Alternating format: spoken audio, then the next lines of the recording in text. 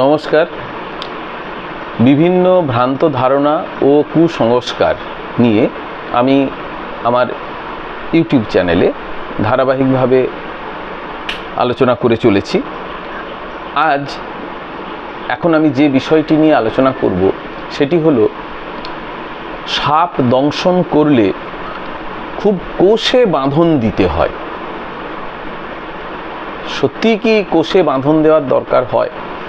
কিন্তু একটা প্রচলিত ধারণা আছে যে যেখানে সাপ দংশন করে তার উপরে যদি টাইট করে খুব কোষে একটা বাঁধন দেওয়া হয় রেশম দড়ি বা নাইলন দড়ি দিয়ে, তাহলে সাপের বিষ আর রক্তে মিশতে পারে না।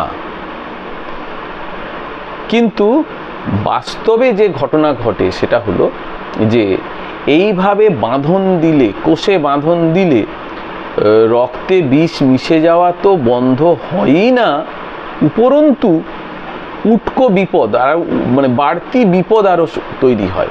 সেটা কি বিপদ না, টাইট করে বাঁধার জন্য যে অংশে বাঁধা হয়েছে, ধরুন হাতের সাপ কামড়েছে, তাহলে কনুইয়ের উপরে এইখানে বাঁধন দেওয়া হয়েছে, তাহলে নিচের অংশে রক্ত চলাচল বন্ধ হয়ে যাবে।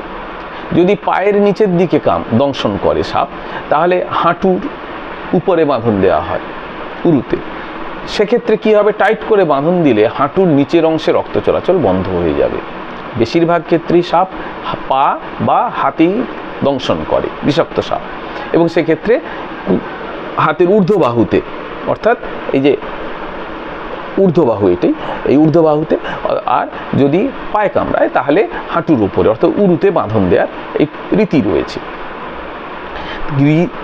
কখনোই কিন্তু শক্তভাবে দৃঢ় করে কোষে নাইলন সুতো বা ওই রেশমের সুতো ইত্যাদি দিয়ে বাঁধন দেওয়া উচিত নয়, একেবারেই নয়।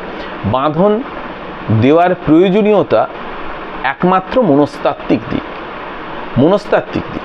তার কারণ বেশিরভাগ মানুষই সাপের দংশনকে ভয় পায়, সাপকে ভয় পায়, ফলে দংশন হলে আরও মনস্তাত্ত্বিকভাবে, মানসিকভাবে তারা ভেঙে পড়ে এবং মানসিকভাবে খুব আঘাত পায়। এমনিতেই আপনারা জানেন যে বিষধর সাপের দংশনের সংখ্যা কিন্তু খুবই কম, বেশিরভাগই নির্বিষ সাপই আমাদের দংশন করে।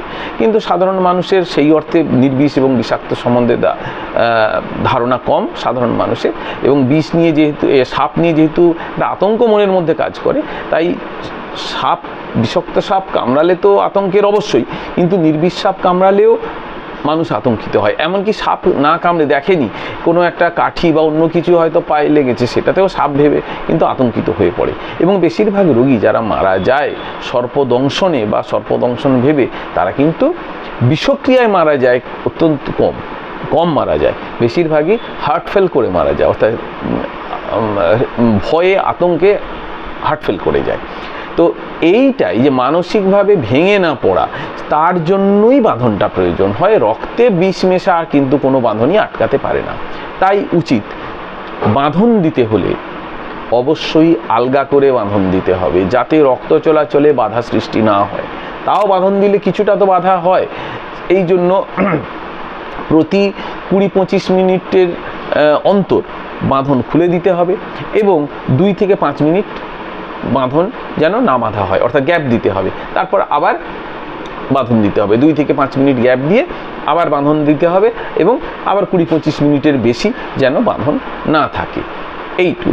তবে যত শীঘ্র সম্ভব তাকে কোনো চিকিৎসা কেন্দ্রে নিয়ে যেতে হবে। যদি সত্যি বিষধর সাপ কামড়ায়, তাহলে তো অ্যান্টিভেনিন ইঞ্জেকশন দিতে হবে, দিয়ে তার চিকিৎসা করতে হবে। বাঁধনের বিষয়টা আপনাদের বললাম যে কখনোই বাঁধন দেবেন জোরে নয়, কোষে বাঁধন নয়, 20-25 মিনিট অন্তর বাঁধন খুলে দিতে হবে, এবং 2 থেকে 5 মিনিট বাঁধন গ্যাপ দিতে হবে। বাঁধন বাঁধা যাবে না, কারণ বিষধর সাপের বিষ রক্তে মিশবেই, কোনো বাঁধনেই তা বন্ধ করা যায় না। কেবলমাত্র রোগীর মনস্তাত্ত্বিক শক্তি বাড়ানোর জন্য, মানসিক শক্তি বাড়ানোর জন্য, অর্থাৎ বাঁধন দেওয়া হয়েছে, বিষ মিশছে না, বা তাকে বলা যে তুমি ভালো হয়ে যাবে খুব দ্রুত। কারণ রোগীর মানসিক জোর যদি থাকে, যদি ভেঙে না পড়ে, তাহলে তার প্রতিরোধ করার ক্ষমতাটাও কিন্তু বেড়ে যায়, এবং ডাক্তারবাবুদের পক্ষে চিকিৎসা করাও অনেক সুবিধাজনক হয়।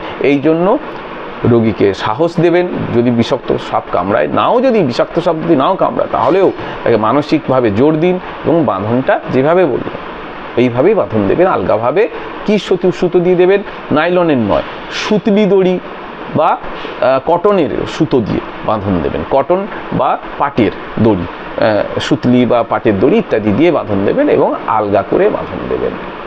আশা করি সবাই বিষয়টা মাথায় রাখবেন। নমস্কার।